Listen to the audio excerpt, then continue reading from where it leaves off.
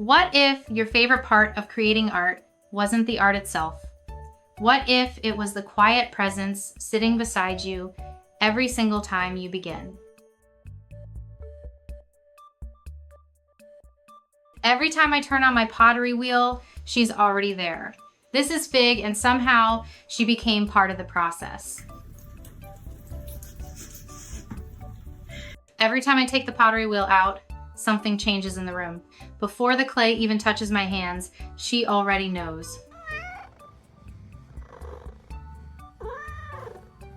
There's a quiet excitement in her body, the kind that doesn't need sound. Fig lifts her head, ears forward, eyes bright. Pottery time. It's as if this ritual belongs to both of us now.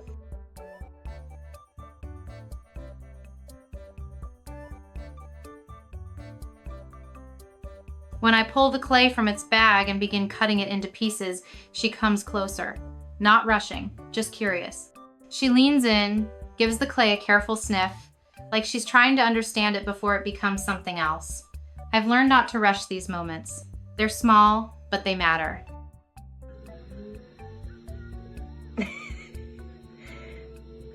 The second I switch the wheel on, she moves to her spot. At first, it was just the chair beside me. Eventually, I had to set up her own little stool next to the wheel. That became her place.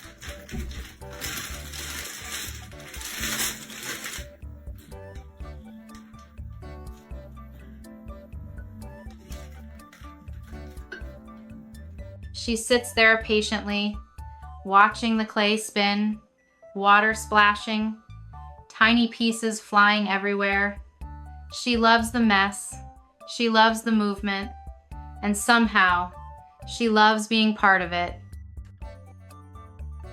I'm a potter. When I first adopted Fig, I was still at university, spending long hours alone in studios, trying to find my voice through clay.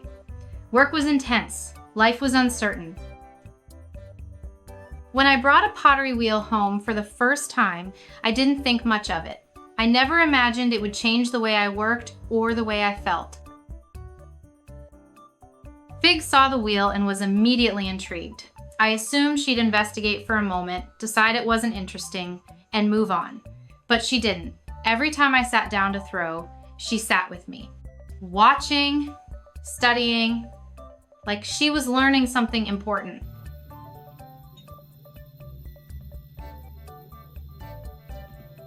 Eventually, curiosity turned into participation. The first time she touched the clay, her paws were everywhere, pressing, tapping, testing what it could do. When the wheel spun, she tried to tap it, play with it, understand it. I remember feeling torn, worried about my work, worried about safety, and yes, sometimes things didn't go perfectly, but that was okay. Life rarely does. What surprised me most was her reaction when a piece was finished.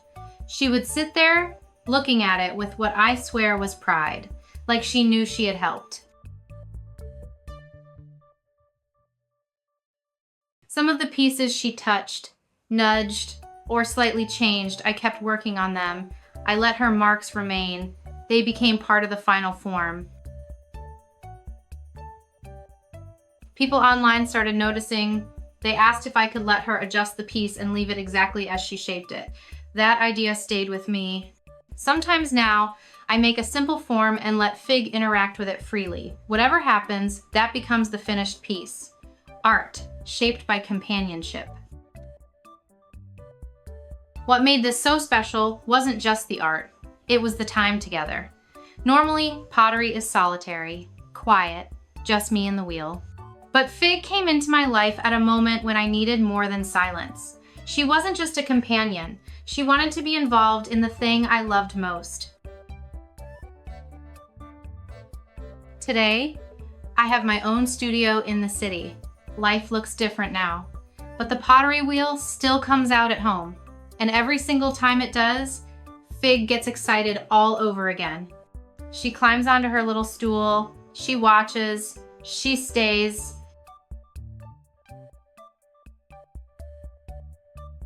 Sometimes I stop working and just look at her there, so focused. so present. And I realized that clay isn't the only thing being shaped in that room. Something else is happening too, something quieter, deeper. A shared rhythm, a sense of belonging.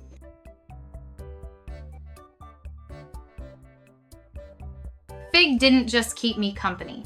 She chose to be part of my world. And in doing so, she reminded me that the most meaningful creations aren't always the ones we plan, but the ones we make together.